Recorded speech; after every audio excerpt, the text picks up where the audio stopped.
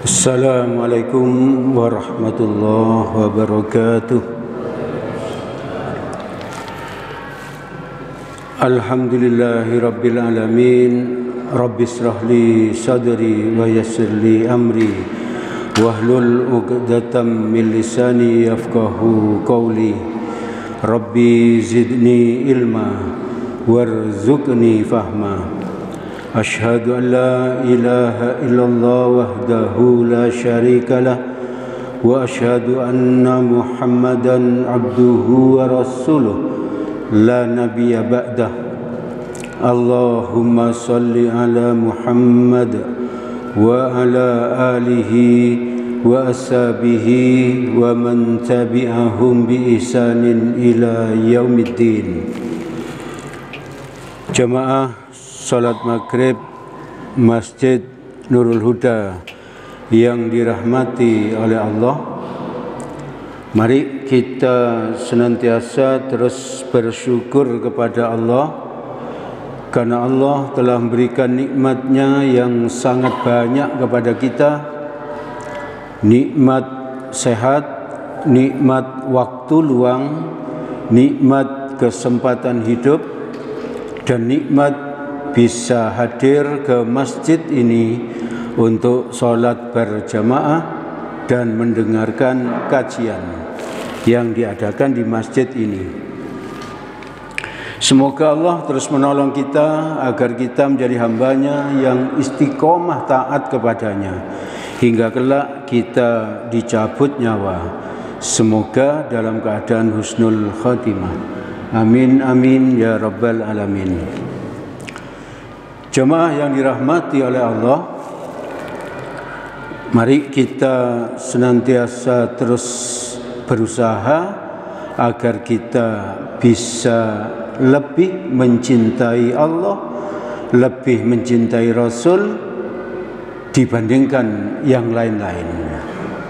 Maka pada kesempatan ini kita akan menyampaikan lagi, atau kenapa kok saya bilang lagi, karena insya Allah kita ini sudah pernah mendengar tentang materi yang akan saya sampaikan ini, yaitu di sekitar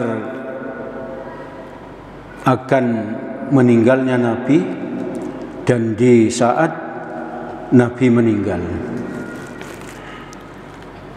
Beberapa bulan sebelum Nabi wafat itu turun ayat yang terakhir, yaitu Quran surat ke-5 ayat yang ketiga. A'udzubillahi minasyaitonirrajim. Al-yauma akmaltu lakum dinakum wa atmamtu alaikum nikmati wa raditu lakumul islam madina. Ayat yang terakhir ini artinya, pada hari ini telah kusempurnakan untuk kamu agamamu dan telah kucukupkan kepadamu nikmatku dan telah kuridhoi Islam itu menjadi agama bagimu. Jadi dengan ayat yang terakhir ini setidaknya ada 3 hikmah yang bisa kita ambil. Tentu kalau kita pelajari, hikmahnya pasti lebih banyak ya, pasti lebih banyak. Hikmah yang pertama adalah Allah menerangkan atau memberitahu kita bahwa ajaran Islam itu sudah lengkap ya. Sejak turunnya ayat ini berarti ajaran Islam itu sudah lengkap. Tidak perlu kita tambah lagi, tidak perlu kita tambah lagi. Maka tugas kita adalah mempelajarinya, memahaminya, setelah itu mengamalkannya. Lalu hikmah yang kedua, tadi Allah berfirman di ayat yang terakhir ini bahwa hanya agama Islam yang diridhoi oleh Allah. Maka dengan pernyataan Allah ini punya konsekuensi kepada kita. Kita tidak boleh bilang semua agama itu sama ya. Kita nggak boleh bilang seperti itu. Kita harus bilang apa? Agama Islam itu yang benar itu. perkara orang yang beragama lain menganggap agamanya itu yang benar, itu urusan mereka gitu. Yang pasti kita tidak boleh mengatakan semua agama itu sama ya. Karena apa? Karena di sini Allah jelas mengatakan apa? Hanya Islam agama yang diridhoi oleh Allah. Hanya Islam. Lalu yang ketiga ini agar menimbulkan kecintaan kita kepada Allah, kepada Rasul, bahwa Allah tadi menyatakan bahwa agama Islam sudah sempurna. Itu artinya apa? Sebentar lagi tidak akan ada ayat lagi yang turun.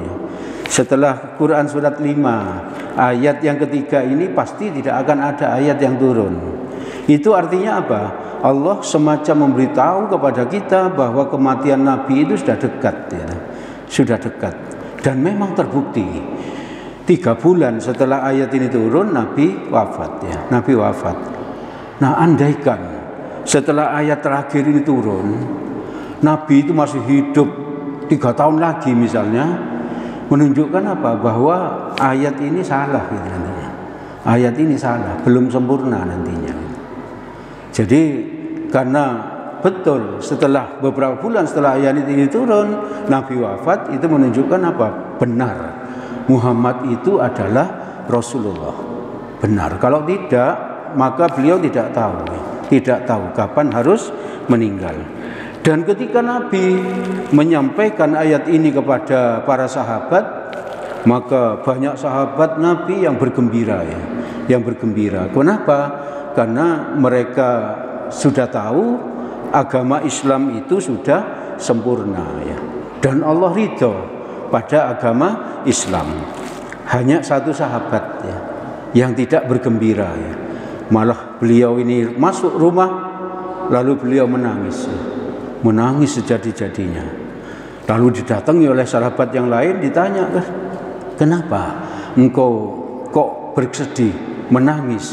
Padahal Allah sudah menyatakan agama Islam sudah sempurna dan Allah ridha kepada agama Islam. Sahabat yang sedih itu adalah Abu Bakar. Abu Bakar lagi-lagi menjadi sahabat yang utama, yang bijak, yang sangat bijak, Kenapa Abu Bakar bersedih? Setelah ditanya, Abu Bakar itu menjawab bahwa kalau menurut logika kita, kata Abu Bakar, sesuatu kalau sudah sempurna itu berarti itu sudah mentok ya. Berarti tidak akan ada ayat yang turun lagi. Tidak akan ada ayat yang turun lagi. Kalau kita tidak maksimal mempelajarinya, kata Abu Bakar, maka kualitas kita itu akan makin menurun gitu. Karena sudah mentok gitu, Dan pernyataan Abu Bakar yang ini membuat para sahabat itu tersadar dan menangis. Dan apabila ayat itu sudah turun, itu menunjukkan bahwa kematian Nabi itu sudah dekat, katanya Abu Bakar. Maka ganti para sahabat yang datang ke rumah Abu Bakar itu menangis mereka. Lalu mereka datang beramai-ramai kepada Nabi Muhammad untuk konfirmasi apakah apa yang dinyatakan Abu Bakar ini benar. Dan jawaban Nabi, apa yang dikatakan Abu Bakar itu memang benar, memang benar. Luar biasa berarti pandangan dari Abu Bakar itu. Ibu bapak, saudara-saudara yang dirahmati oleh Allah,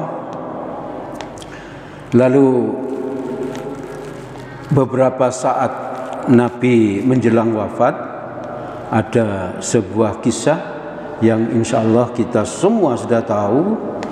Beberapa hari yang lalu di WA saya mendapatkan kiriman kisah ini. Tiap tahun saya dapat, dan setiap saya baca selalu membuat saya terharu, selalu saya membuat berbes milih. Yaitu apa? Ketika Nabi selesai sholat subuh, Nabi naik mimbar ya. Intinya Nabi bilang kepada para sahabat yang hadir saat itu, aku ini adalah nabimu. Aku ini manusia biasa, kata Nabi. Apabila aku ini punya salah atau punya khilaf kepada kalian, maka lakukan kisos sekarang juga ini. Jangan menunggu nanti kalian mengkisos saya di akhirat ini. Nabi bilang begitu. Nabi bilang seperti itu. Coba nanti dicari lagi ya kisahnya ini. Saya tidak akan berpanjang lebar dengan kisah ini karena insya Allah kita juga sudah tahu banyak tentang kisah ini. Sampai 3 kali Nabi bersabda seperti itu, mengulang sabdanya agar apa? Agar sahabat itu kalau ada yang Nabi punya salah kepada dia, maka hendaknya dia mengkisosnya. Karena sampai 3 kali ada seorang sahabat yang namanya Ukasyah itu berdiri dan hendak mengkisos Nabi. Nah, hikmah, insya Allah kisah ini tidak usah saya kisahkan ya. Hikmah yang bisa kita ambil, seorang Nabi saja yang oleh Allah dijamin surga, bahkan Nabi itu, Nabi Muhammad ya, tidak ada manusia lain yang masuk surga sebelum Nabi Muhammad masuk surga itu masih minta dikisos ya, masih minta dikisos. Jangan-jangan beliau punya salah kepada sesama manusia. Itu artinya apa? Kita diajari oleh Nabi bahwa dosa sesama manusia itu jauh lebih berat dibandingkan dosa kepada Allah. Kalau dosa kita kepada Allah, kita cukup bertaubat ya. Kita cukup bertaubat. Kita menyesal, lalu kita beristighfar, kita berjanji kepada Allah tidak akan mengulang lagi, dan kita berbuat baik untuk menutupi kesalahan-kesalahan masa lalu. Insya Allah taubat kita akan diterima oleh Allah, insya Allah, dan itu bisa menghapus dosa-dosa kita. Tapi dosa sesama manusia itu perlu kisos ya, perlu kisos, atau setidaknya akan perlu apa? Perlu ikhlas dari apa? Manusia lain, dari manusia lain.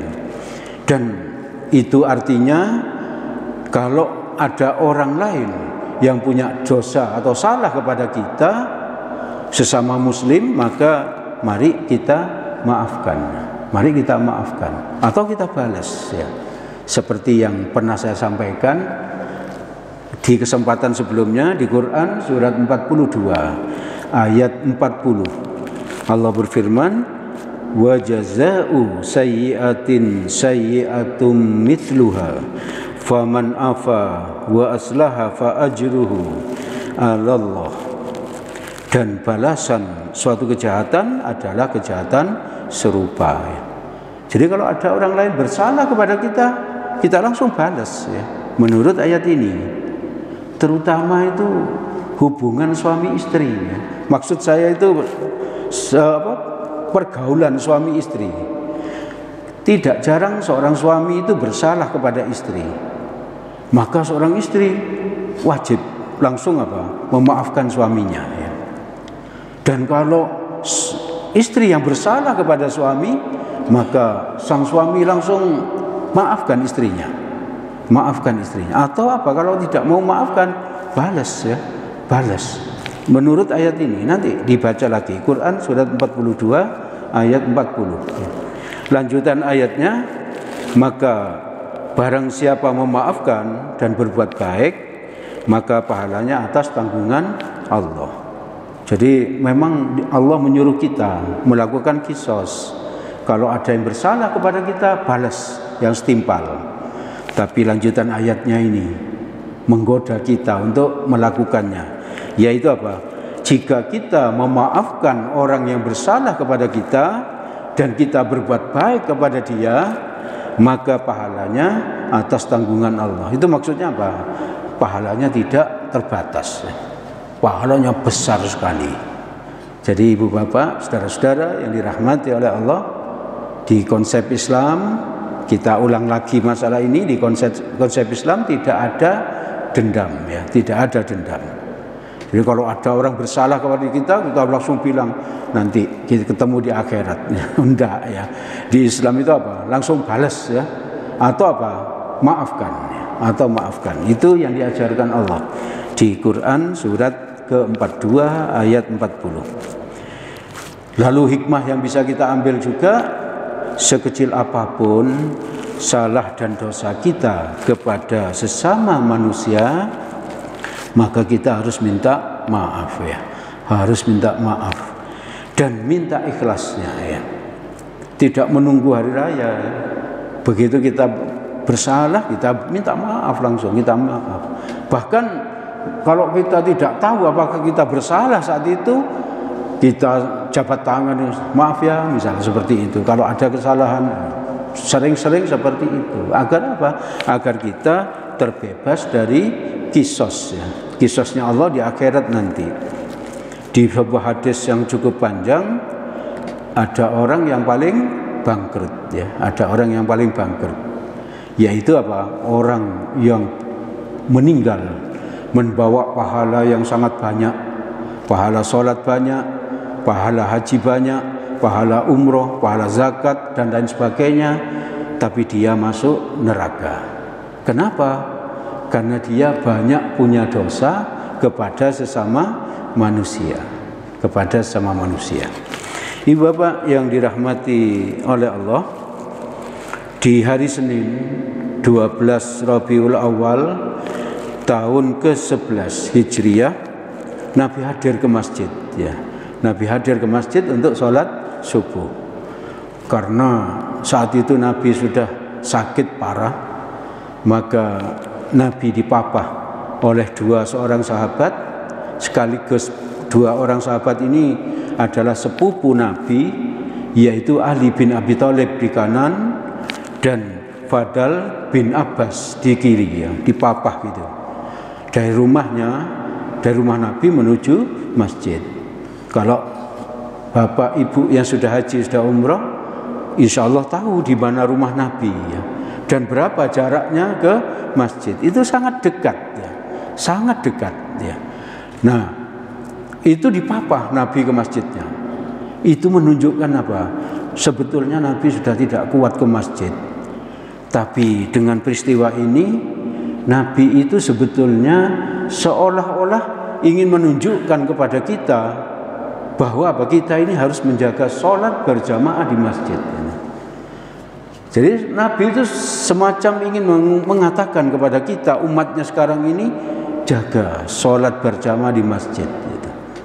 Jadi mari kita berusaha agar tidak gampang, tidak mudah untuk meninggalkan sholat jamaah di masjid.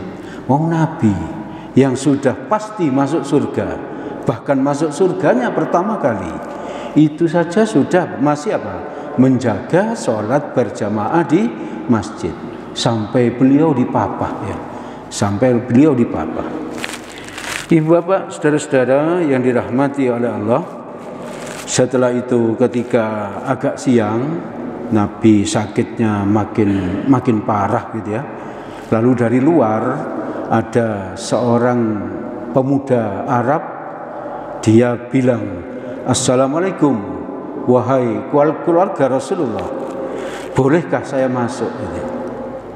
Maka mendengar itu Fatimah, putrinya Nabi, keluar gitu.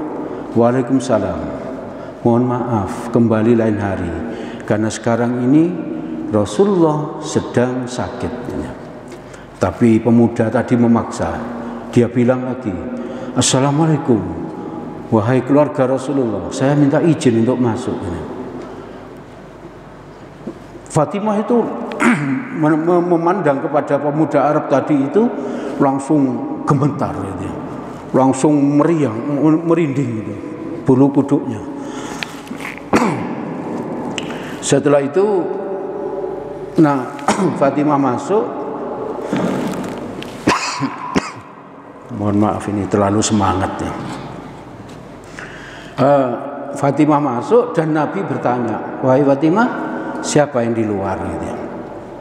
Fatimah menjawab, "Seorang pemuda Arab Dia sepertinya maksa masuk. Kalau saya memandang kepada pemuda Arab itu, saya gemetar dan bulu kuduk saya berdiri. Langsung Nabi bilang, tahukah kamu siapa itu Fatimah? Dia adalah pemutus kenikmatan. Dia adalah malaikat maut. Lalu Nabi mengizinkan malaikat maut masuk.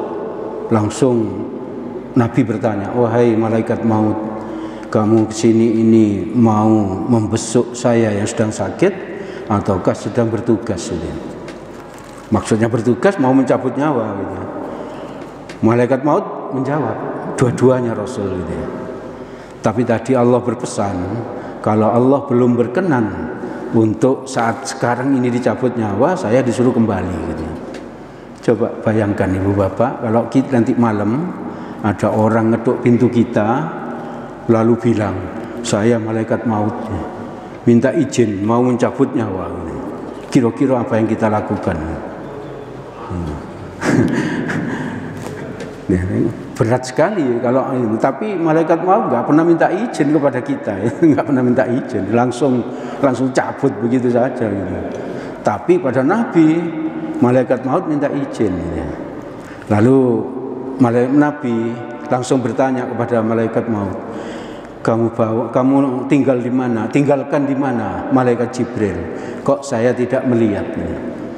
Sebentar lagi setelah Nabi bilang gitu, malaikat Jibril datang gitu. Berbentuk manusia ya. Memang malaikat itu bisa menjelma jadi apa saja gitu. Lalu Nabi bertanya, wahai Jibril, kabar apa yang kamu bawa dari Allah gitu. Jibril menjawab, semua pintu langit sudah dibuka ya. Semua pintu surga sudah dibuka untuk menyambut kedatanganmu gitu. Wangi-wangian sudah ditebarkan itu untuk menyambut kehadiran Rasulullah. Itu menunjukkan apa? Rasulullah pasti masuk surga. Lalu Nabi masih kurang senang dengan itu, dengan kabar seperti itu. Coba kita itu diterima oleh bupati aja sudah lupa daratan itu. Apalagi ini saya menyambut malaikat dan salam dari Allah bahwa Nabi pasti masuk surga. Begitu saja, Nabi tidak lupa daratan. Nabi bertanya lagi kepada Jibril, kabar apa lagi yang kamu bawa dari Allah kepada saya? Jibril menjawab bahwa tidak ada umat Nabi lain yang akan masuk surga sebelum umatmu masuk surga. Itu menunjukkan umat Muhammad adalah umat pertama yang masuk surga. Maka Nabi merasa lega. Setelah itu Nabi menghadap kepada malaikat maut. Kalau begitu silahkan, wahai malaikat maut, kamu laksanakan tugasmu. Begitu malaikat maut tadi melaksanakan tugas, ditariklah ruh Nabi. Maka Nabi bilang, aduh gitu. Itu menunjukkan apa? Dicabut nyawa itu sangat sakit ya. Sangat sakit. Seorang Nabi sampai bilang gitu. Lalu Nabi berdoa, ya Allah, betapa sakitnya sakratul maut ini. Hamba mohon, katanya Muhammad itu, timpakan kepada saya semuanya kesakitan sakratul maut ini. Jangan kepada umatku. Luar biasa cintanya Nabi kepada kita itu. Sakitnya sakratul maut itu diminta oleh Nabi agar apa? Ditimpakan kepada Nabi semuanya. Lalu apa? Setelah itu Jibril dan Fatimah itu menutup mukanya ya. Lalu Jibril itu melengos gitu ya. Karena Jibril melengos, Nabi bertanya kepada Jibril, wahai Jibril, apakah kamu jijik melihat wajahku? Gitu. Jibril langsung menjawab, oh, bagaimana saya bisa jijik kepada kekasihnya Allah gitu. Tapi saya tidak kuat melihat apa? Kekasih Allah, orang yang paling aku sayangi, kata Jibril, itu sedang menghadapi sakratul maut. Ini saya agak terharu gitu, jadi agak tersendat sedikit ya. Jadi karena membayangkan dicabut nyawa gitu, dicabut nyawa itu. Lalu malaikat Isra, malaikat maut melanjutkan ya pekerjaannya. Lalu Ali, karena Nabi itu seperti apa? Seperti mau berbisik itu, maka Ali mendekatkan apa? Mendekatkan telinganya ke bibirnya Nabi. Ternyata Nabi bilang apa? Usikum bis-shalah wa ma malakat aimanukum.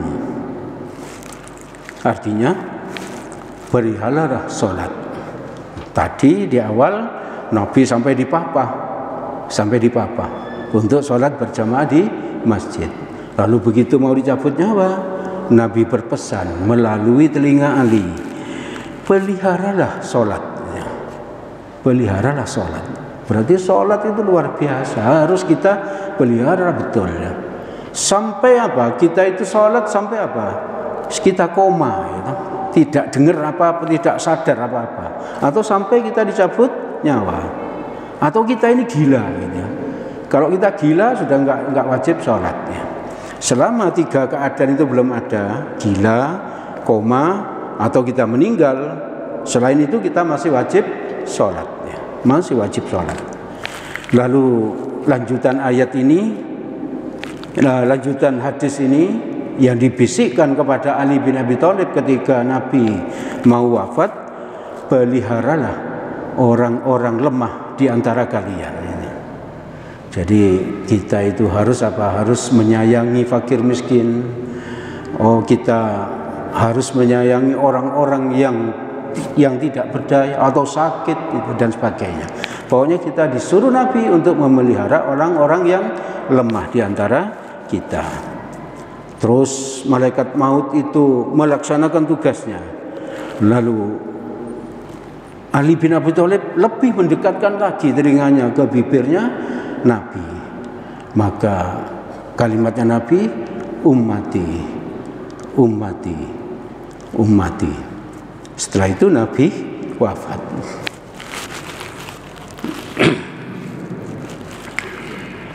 Ibu bapak, saudara-saudara yang dirahmati oleh Allah,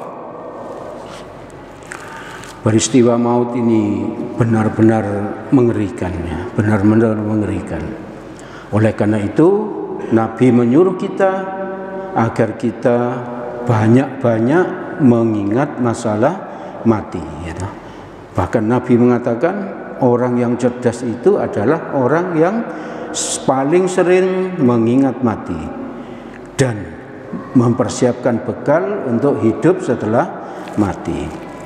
Lalu yang kedua yang bisa tadi itu yang bisa kita ambil hikmahnya, betapa Rasulullah itu sangat-sangat mencintai kita, sangat-sangat mencintai kita. Di saat Nabi itu dijamin surga, Nabi masih ingat kita, bagaimana nasib umatku. Setelah ada jaminan bahwa semua umatnya Nabi akan masuk surga lebih dulu dibandingkan umat yang lain, barulah Nabi merasa lega. Dan tadi itu doanya Nabi di saat terakhir, ya Allah, timpakan beratnya sakratul maut ini semuanya kepadaku, jangan kepada umatku. Itu menunjukkan betapa Nabi itu sangat mencintai kita. Dan di saat terakhir Nabi terus mengkhawatirkan kita, ummati, ummati, ummati. Ibu bapak, saudara-saudara yang dirahmati oleh Allah, kalau ingin lebih panjang dari yang saya sampaikan itu, ada buku tipis, judulnya adalah Detik-detik Wafatnya Nabi. Di situ bisa dibaca, di situ bisa dibaca. Ini saya ringkas saja yang barusan saya sampaikan itu.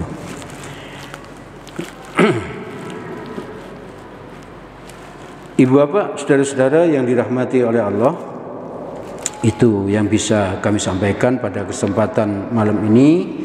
Segala yang baik dan benar semuanya berasal dari Allah Subhanahu wa ta'ala. Semoga ada manfaatnya bagi kita dan semoga Allah menolong kita agar kita bisa lebih mencintai Allah, lebih mencintai Rasulullah, lebih mencintai jihad fisabilillah dibandingkan yang lain-lain. Apabila ada salahnya, saya mohon maaf sebesar-besarnya. Diingatkan kepada ibu bapak, saudara-saudara yang dirahmati oleh Allah, yang ingin menabung untuk berkorban tahun depan bisa menghubungi Takmir. Nabi itu berkorban setiap tahunnya. Maka mari kita tunjukkan kecintaan kita kepada Nabi dengan berkorban setiap tahun. Agar kita tidak berat, maka kita nabung setiap bulan. Sehingga nanti di bulan Juni tahun 2025 kita tinggal nambahi sedikit ya. Atau bahkan bisa jadi apa? Dari tabungan kita itu sudah cukup ya, sudah cukup untuk berkorban. Maka mari kita tutup majelis ini dengan doa kafaratul majelis. Subhanakallahumma wa bihamdik asyhadu an la ilaha illa anta astaghfiruka wa atubu ilaik.